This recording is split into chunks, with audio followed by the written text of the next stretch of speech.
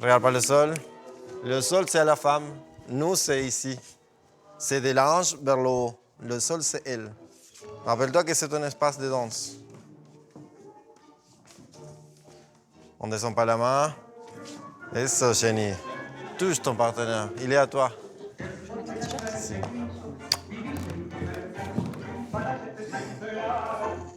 Très bien. On va commencer. Hola, querido. Donc, tout le monde se rappelle qu'on travaille surtout la base de la communication dans la séquence simple du tango. On va faire juste ça et à un moment, on connecte le talon, on fait tourner le torse. Pour justement qu'on puisse gérer l'espace entre nous, il faut que ce bras-là de la danseuse, il vienne jusqu'au bras. C'est pour ça que l'important, c'est de ne pas avoir la main là. Et du coup, ici, c'est important que le bras, il coule.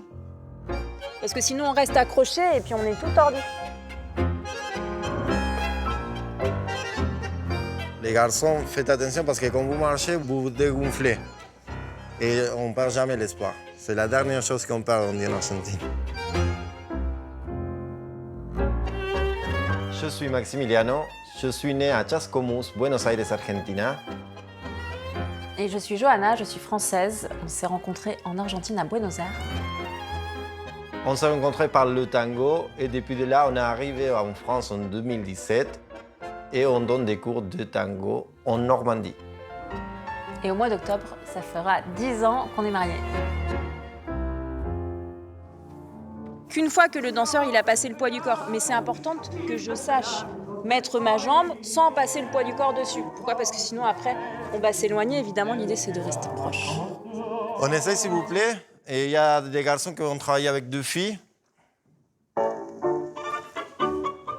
On y va?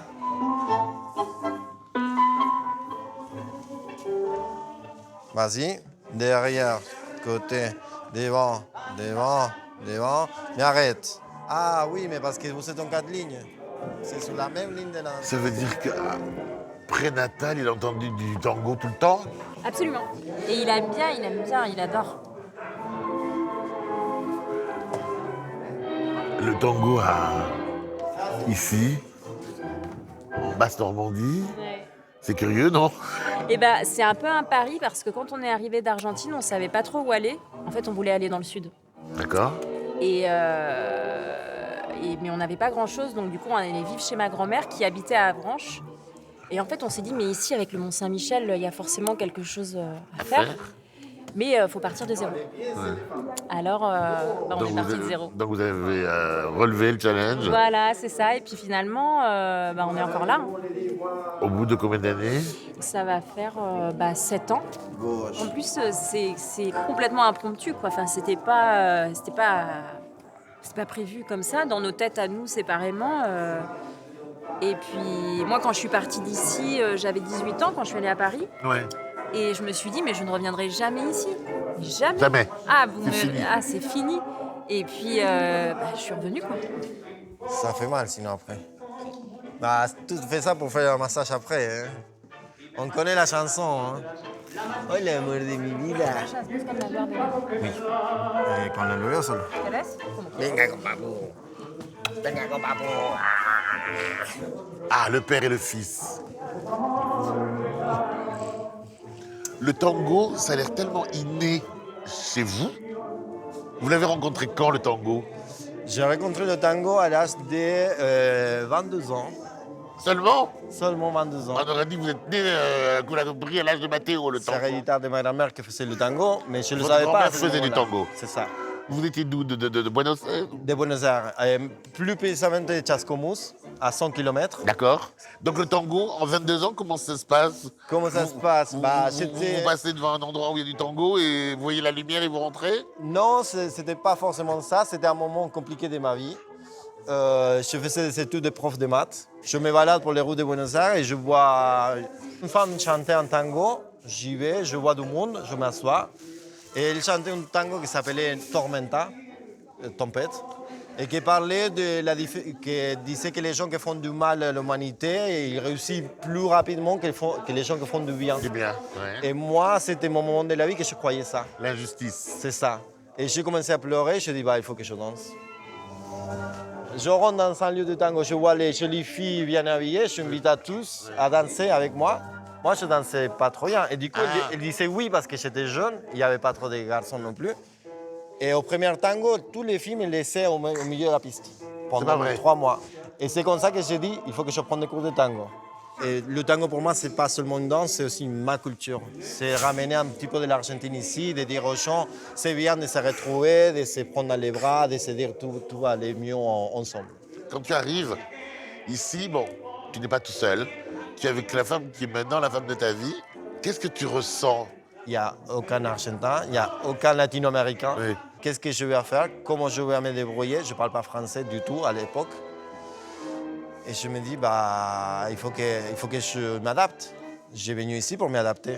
Et du coup, j'ai commencé à regarder des films tous les jours en français sans sous-titres.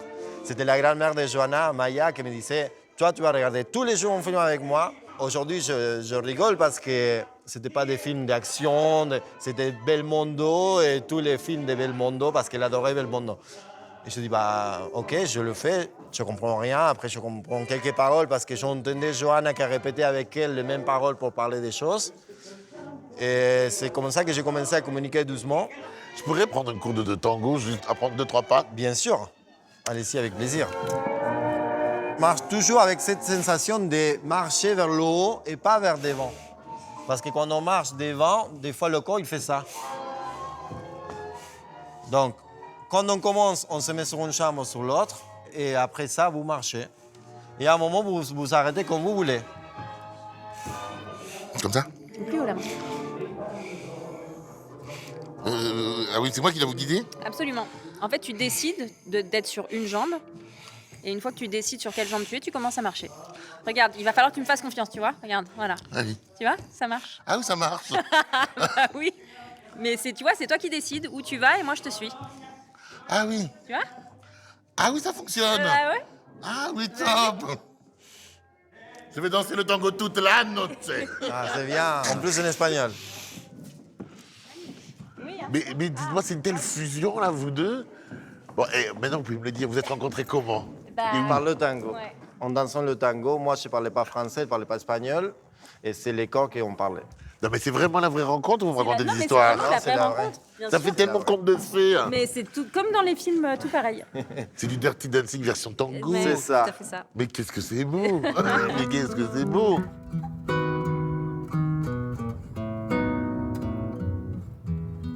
Où sommes-nous? Il y a le Mont-Saint-Michel qui est là-bas. On est où exactement? On est à Genet, un des villages des communes qui fait la baie de Mont-Saint-Michel. Vous pouvez me raconter cette image? Ah, cette image. Bah, c'est drôle parce que c'est la première photo qu'on a prise de nous. Donc c'était à Buenos Aires. Oui. Et on était amis. Et cette soirée-là, notre professeur nous a dit Ça se passe quelque Ouais. chose. En fait, les gens savaient avant, Avant nous. vous. Ouais. Quand tu as vu cette beauté, tu t'es pas dit non, pas tout de suite. Non. Maximiliano, parce que- enfin. Bah, Pas à moi, pas à moi, pas à moi. Non, c'est vrai. Mais il fallait commencer pour l'amitié.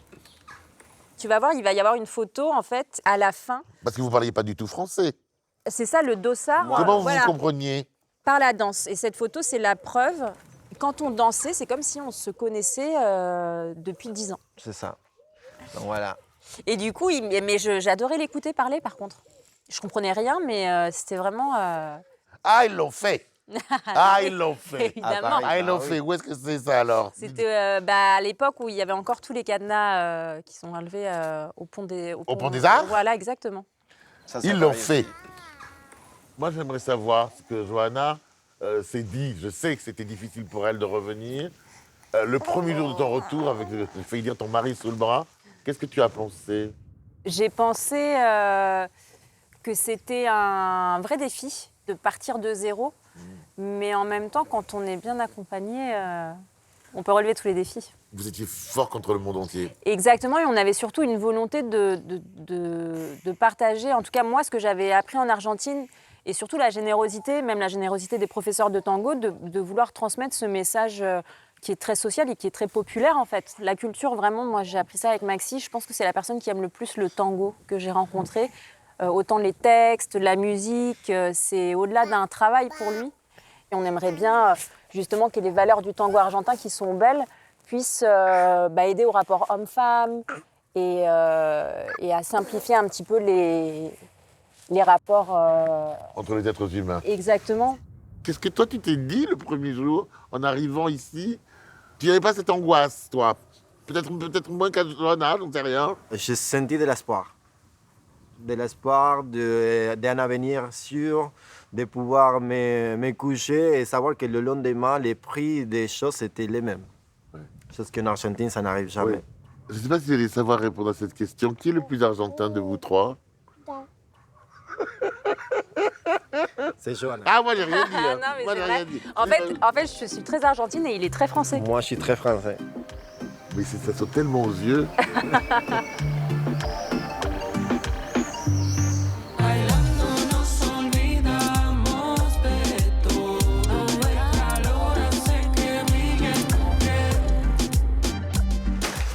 Ça va? Tout va bien? Extra, et toi?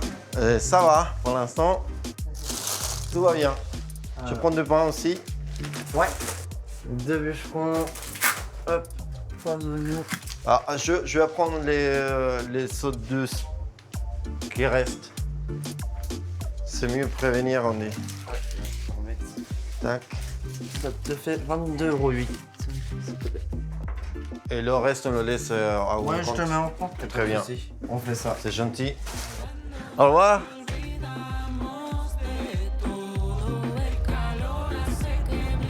Cebolla, ok. Salade, pain, charbon. Donc,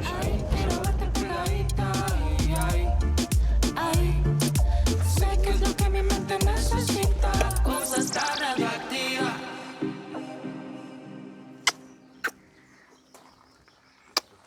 Bueno, compré todo. Buena vida todo. Creo. C'était en même temps du pain, des oignons, quoi, du charbon. Tu me connais? T'as acheté toute l'épicerie. On va voir. Tout est là. Qu'est-ce qu'il va faire, papa? Donc, tac, tac. Qu'est-ce qu'on va faire? Donc, on va faire une salade oignon, tomate, Tomate. qui s'appelle criocha. Tu faisais la cuisine chez toi? Enfant? Enfant, non. Je regardais ma mère la faire, qu'elle n'aimait pas trop non plus, mais c'était ma grand-mère plutôt qui cuisinait chez Ta nous. mère n'aimait pas faire la cuisine? Non, c'était prendre trop de temps pour elle. Elle n'aimait pas. Et du Raconte-moi coup, ton enfance. Tu es né dans quel milieu? mes parents, ils sont 4 enfants. J'ai un frère, faux jumeau, et 2 sœurs plus grandes que moi. Mon père, il était maçon, Oui. et ma mère, elle travaillait à l'usine D'accord. des voitures. Comment se fait-il que vous ayez tous fait des études importantes, les enfants? Pour mes parents, là-bas, c'est étudier, parce qu'ils disaient qu'avec un diplôme, tous les portes sont ouvertes. Comme eux, ils n'ont pas pu étudier, mon père, il a fini l'école à 12 ans, D'accord. et il fallait travailler pour les... Pour vivre? Oui, parce que des côtés de mon père, ils sont 11 frères et sœurs. Pardon? 11. 11 enfants. Une espèce de grande volonté aussi de s'en sortir pour que les enfants fassent des études et une vie, et une belle vie. C'est ça. Et à cette époque-là, mon père, il n'avait pas trop de travail et ma mère, elle voulait de l'argent sûr et du coup, elle est rentrée tout de suite à l'usine. D'accord. Et c'était mon père qui nous a élevés. Et je voyais mon père faire la cuisine, faire le ménage. Et nous, Ton père était l'homme au foyer finalement. Oui, C'était un contexte politique extrêmement difficile puisque vous avez vécu la dictature. c'est ça. Toi, tu as grandi dans quel contexte politique? Je suis grandi dans le contexte politique de la hyperinflation, année 2000. D'accord. Où le pays avait la dette la plus grande au monde. Et il y avait 80% de pauvreté. Et mes parents, pour avoir de la nourriture, ils changeaient des meubles pour la nourriture. Le troc est venu à la mode parce qu'il n'y avait pas d'argent. Un billet de 100 pesos ne valait plus rien. Oui, c'est ça. Mais le plus choquant, c'est qu'est-ce qu'ils ont fait le gouvernement. Ils ont pris l'argent des gens. Oui, c'est ça. Et ça, Dans les banques, c'est dans les dans comptes, les banques. dans les comptes en pour banque. pouvoir, pour pouvoir payer cette dette. Cette dette. Tout l'argent qu'ils ont gardé de côté pour leurs enfants, leurs petits-enfants, pour avoir un futur mieux pour Leur eux. économie, quoi. Donc les gens se sont retrouvés du jour au lendemain totalement ruinés. Oui. Tu avais quel âge? Moi, j'avais 10 ans. À un moment, on n'avait plus de voiture, on n'avait rien, on faisait tout à pied.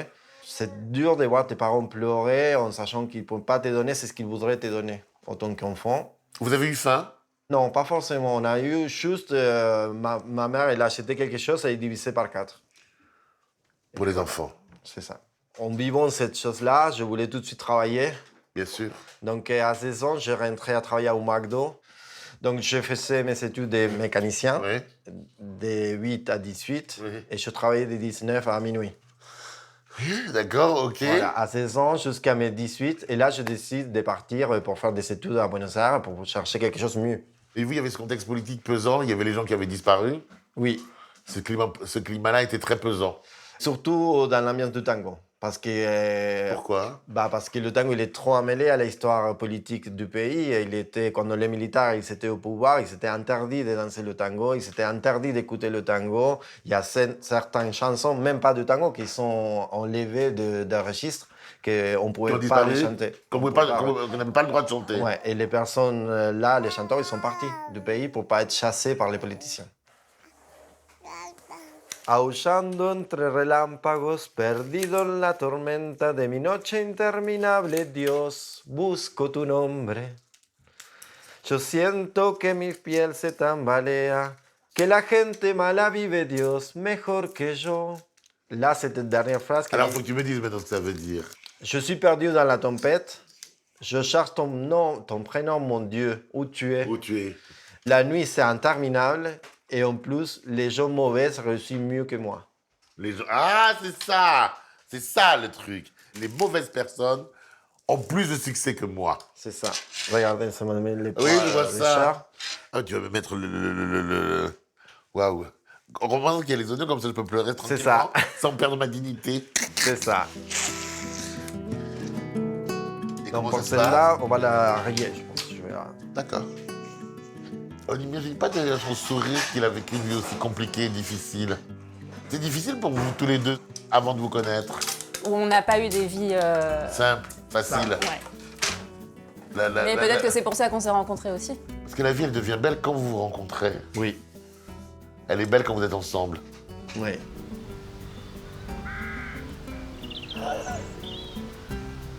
Mon bébé, t'as bien.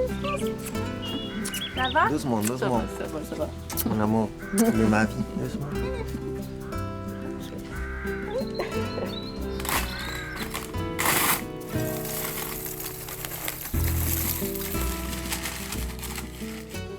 C'est comment le barbecue en Argentine? Pour manger du barbecue, tu arrives à 9h et tu ne sais pas à quelle heure tu À quelle heure ça peut finir? Peut-être le lendemain. C'est ça. Je vais faire quelque chose qu'ici en France, On ne fait pas. On ne fait pas. Qu'est-ce que tu fais là? Là, je salis Et du gros sel? des gros sels et après, Ah, je ramassis pour que la sel il rentre dans la viande et il reste. ah, Voilà. Donc, et on le met comme ça, grand. Directement. Directement. Voilà. Et on va mettre après les saucisses qui sont bonnes. Quand l'économie ça va, c'est barbecue tous les dimanches. Et quand l'économie ça va pas, c'est les pastas tous les dimanches. Ah oui, c'est ça. C'est comme ça. Là, ma famille, c'est période de pasta. Parce que À ce moment? Bah oui. Bah, quand nous, on est parti par la crise économique de l'Argentine, à 1 euro, c'était 28 pesos et c'était compliqué pour nous, déjà. Et là, c'est 1 euro, 1400 pesos. Oui, j'ai vu ça hier. C'est compliqué. J'ai vu ça hier. C'est compliqué pour tout le monde. Mais C'est la raison pour laquelle vous avez quitté l'Argentine tous les deux. pour aider ma famille, oui. Il est incroyable cet enfant. J'ai jamais entendu quand il était petit cet enfant pleurer. Mais tu n'as pas entendu du tout. Hein. Non? Mais pas Non. du tout. Tout coule de source, tout a l'air simple. Voilà. Comment vous les avez rencontrés, vous? J'ai entendu parler qu'il y avait du tango argentin. Et j'ai dit, je vais voir. Et là, ça a été le coup de foudre. Direct. Direct. Et je suis toujours restée à leur cours. Puis on est devenus des amis, puis on partage beaucoup de choses ensemble, à côté de la danse et du tango argentin. Mais vous avez vu, quand ils donnent des cours, c'est... Mais c'est étonnant, Mais oui, cette façon de Mais oui. le cours. Oui. Le cours, c'est un spectacle en lui-même. absolument. Moi, j'aurais dit, je veux absolument les voir sur scène en Ouais. donnant un cours. C'est généreux, c'est exigeant, et puis c'est vraiment le tango d'Argentine. Vous avez attendu de quitter l'Argentine. Non, vous êtes mariés là-bas. On s'est mariés là-bas. À quel moment vous dites, bon, ben, on va se marier, comment ça se passe? On était jeunes. Hein. Il a reçu un papier de la douane et le contrôle, c'était qu'il avait fait beaucoup de sorties Oui. du pays. Et la douane, elle dit, bah, vous ne pouvez pas faire ça toute votre vie. Non, c'est surtout qu'au lieu de rester 3 mois, j'étais restée 4, ce qui D'accord. est illégal. C'est illégal, Mais sauf d'accord. qu'on te Il dit... fallait que tu fasses une sortie. Il voilà. fallait que tu sortes. Oh, Il tu fallait payes juste une payer amende, une amende. de 5 € et puis voilà. Voilà. Elle demande à la femme qu'est-ce qu'il fallait faire pour avoir plus de temps dans le pays. Et du coup, la femme dit, bah, vous travaillez pour quelqu'un. Et je dis, bah, Jeanne a travaillé pour quelqu'un. Non, elle est sa propre chef Oui. de toute sa vie. Sinon, vous avez un copain, oui, bah, il faut que vous vous mariez. Et elle sort, elle me dit ça, je dis, bah, vas-y. Je sais que tu es la femme de ma vie. Ah, c'est beau. Et on est parti en Uruguay en janvier, la première semaine de janvier. On se promet dans une soirée sur la digue.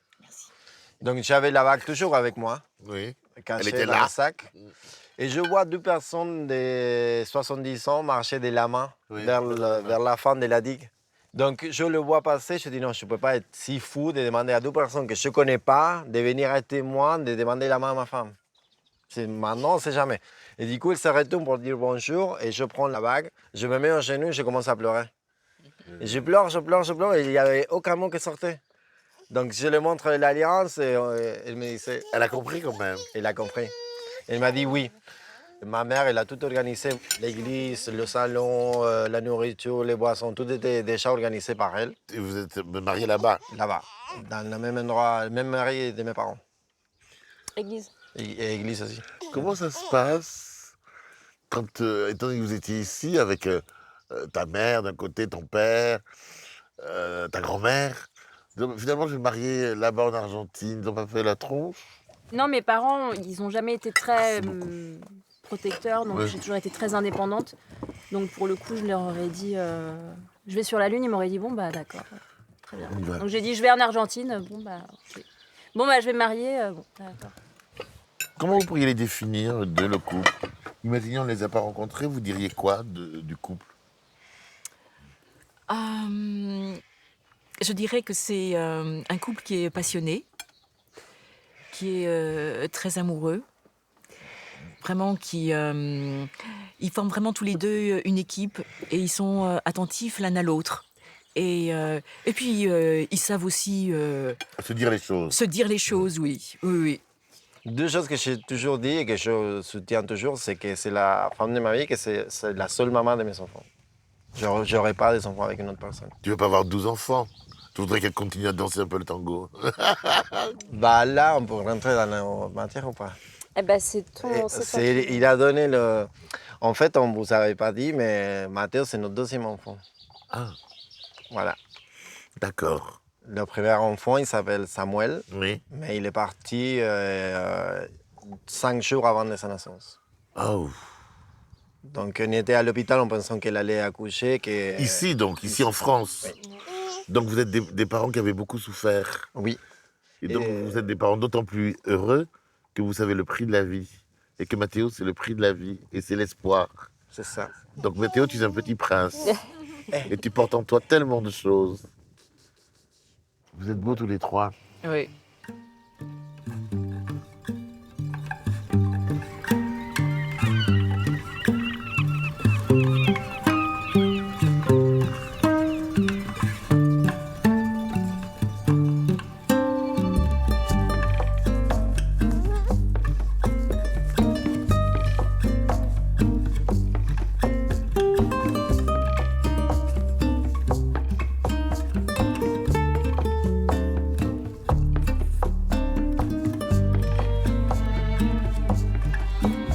Vivir es pasar buenos y malos momentos. Recordando que los buenos los disfrutamos y de los malos aprendemos. Vivir, c'est dépasser des bons et des mauvais moments, en se rappelant que les bons moments, on s'en profite, et des mauvais, on apprend.